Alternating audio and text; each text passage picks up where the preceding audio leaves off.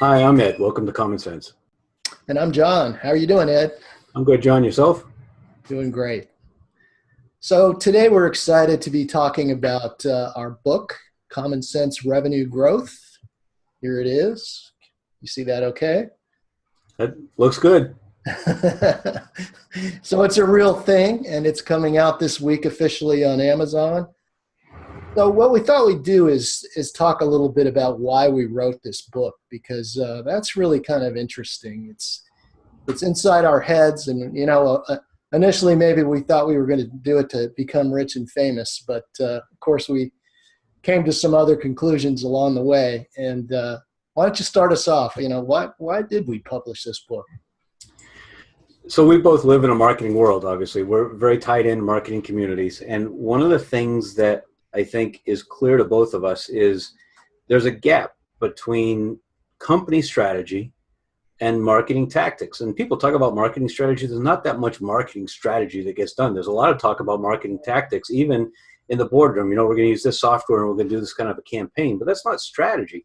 And so CEOs, particularly, mid-sized B2B industrial companies and those that are involved in complex sales, they really have to understand how to deal with the big challenges in today's disruptive world. And what's been missing is the middleware, if you will, something that connects that CEO strategy, board level kind of perspective, and the tactical stuff that they're hearing about from the silos and departments. What kinds of areas? Disruption itself, especially technology and changing customer expectations and behaviors. How you adapt your sales, marketing, and customer service to fit the way buyers behave today. Buyers, as we talk about at length in the book, expect this continuum of experience, but as selling companies, we're set up to disrupt that, almost to taunt our buyers for some reason. Third, how to build an organization that's aligned and organized and optimized. Down to the way you set up the org chart and allocate resources to deliver an outstanding customer experience. And last but not least, how does MarTech and sales technology fit into this digital customer experience? I'm sure I've left some stuff out. Help me out. Fill in the blanks. No, really, I think you covered the main pillars, those 4 pillars of what we were trying to accomplish. And they're both big topics. You could write a book about each one of them, at least. But I think it would be helpful for our viewers to point out why this is so important. What's going on in the world right now that we're trying to address. And so we've both seen from our experience, mine is part of an agency and yours as a consultant, that among our clients, pretty much all of them have the common problem of really a failure to understand this disruption and an unwillingness to change the status quo. So they still look at their customers and business models and revenue growth the way they've been doing for the last 20 or 25 years, and only making small incremental changes or refinements to what they've been doing. So, as this focuses in on the CEO, they spend more and more time worrying about the buying team and the sales, their sales organizations are dealing with bigger and bigger buying teams that have been statistically, you could show that they've been growing and getting more complicated. They have more diverse opinions and diverse needs on the buying team, all of which really need to be addressed during the sales process. So what's happening is that complex sales, we're getting a certain part of the way through the process, but then they just die out. Right. And, the financial decision maker really just can't see a reason to make a change. There isn't any clear consensus, and he doesn't want to make things, worse than they are right now. So it's a real quandary, and we want to know why this is happening and what we can do about it. And how can sellers on, the company or in the company overcome this inertia and grow revenues rather than just be a victim of the status quo? So why do you think this is so pervasive and challenging?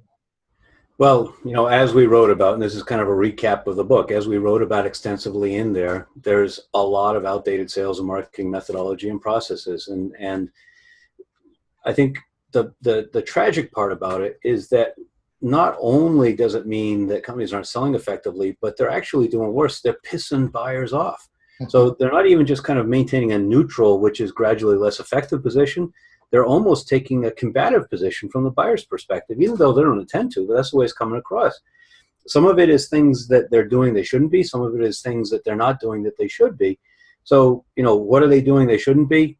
Pushy sales and marketing teams, just annoying the heck out of buyers with product marketing and interruptive calls and no clear attempt to really understand the various perspectives and players on that complex buying team, provide information appropriate for each perspective, and even provide in a way that lets the deal champion kind of distribute it and quarterback that discussion among the buying team. Another one, focusing, this whole idea, the decision maker. We talked a couple weeks ago about how, yeah, sure, of course, you look at the org chart, there is a decision maker, but increasingly those decision makers are not willing to wear that mantle. And they don't want the disruption. They don't want to piss people off. They don't want the political hassles. And so they accept the mediocrity that comes with just kind of letting organizations stall as people squabble over how that buying team wants to resolve it.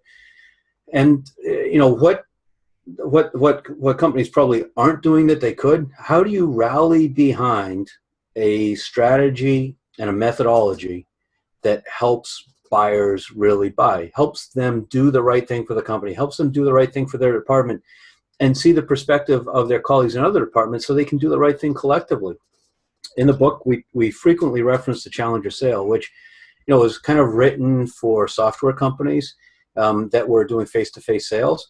One of the things that we've talked about, I think that some of what software companies have figured out and innovated isn't just the technology, it's how to sell. And I think that more and more we're seeing industrial companies that are savvy adopt some of those practices of software companies. And so the Challenger sales model, whether you're doing it face-to-face or virtually, as in many cases happening today, it's about really establishing expertise and sharing insights from knowing the market even better than the buyer does themselves, and helping them see how they can improve their business, improve their outcomes, just, as a salesperson that's sharing information. Of course, underlying all this, change, it's easy to say change isn't easy, but it's probably more appropriate to say change is just brutally hard. Change management is hard. And of course, on the one hand, that's the role of the CEO. On the other hand, it's the hardest thing to do as a CEO. The organizational and cultural changes that are really necessary in order to become a customer-first company are massive. So back to you. I mean, I'll let you handle the hard part. How does a company get that done? Well, like you said, it's not going to be easy. In fact, it's damn difficult. But you got to look at the outcome. A decision not to do something is a decision. Right. And losing complex sales is neither easy or pleasant either. So you have to make some decisions, or else the decisions get made for you. And so the way we've done this book, I think, is a little different. I mean, there's a lot of business books out there, and a lot of them lay out these same challenges. And then they usually give you like a 5-point plan for fixing them. What I find troubling about them is that most of them don't really tell you how to do it. They just kind of lay out the framework, and then they invite you to, subscribe to something or have a coaching session or something like that. So it's kind of like an advertisement rather than a real helpful book. So we wanted to avoid that. And so we've really done, I think, a good job of explaining why, which is really what you need to understand in order to commit to making some change. So why do you need to make a change? Why do you need to do it now? And then we also go into how. So we really lay out a detailed blueprint for how to do it. So you could do this yourself. You don't need us as consultants necessarily. There's a lot to do. So how is important, but also when. So, no one's just going to run out and just completely transform the company in 6 months. That's just not going to happen. Not with a relatively large company. So we talk about taking it in steps and, doing that in a sensible way so it doesn't just bring you down. So I think we have taken on a big problem, wouldn't you say? I agree, absolutely. And again, the problem is one that's just kind of, it's this gap. It not only is it a problem in execution for companies, but it's a problem because nobody talks about this piece. It's that gap between the company strategy and all this stuff about tactical execution at the sales and marketing level and how you tie it together and how it fits together. So we think of this book as and the ideas in it as kind of the middleware between the strategy and the tactical execution. So when the CEO talks to the board and talks to the departmental managers or the EVPs or VPs of each department, they've got that context in order to figure out how to blend the two together. And that context really becomes important in that job of synthesizing resource requirements and strategy. We also did it in a way that we think, although it's a tough and big and complex topic, we tried to make it a relatively easy read, kind of thing. You got a couple hour plane ride or you're sitting on the train a couple times this week to at least digest it and stimulate some thinking and provide some context maybe for a retreat discussion or for a staff meeting. And, a lot of what we try to do is stimulate conversation with you, those that are joining us in this common sense community. And we value your participation in our video discussions and certainly welcome you to the conversation around the book. You can find it at commonsenserevenuegrowth.com. There it is. Looks good. Thanks, John. So with that, thanks for joining us today on Common Sense. I'm Ed. And I'm John. See you next time.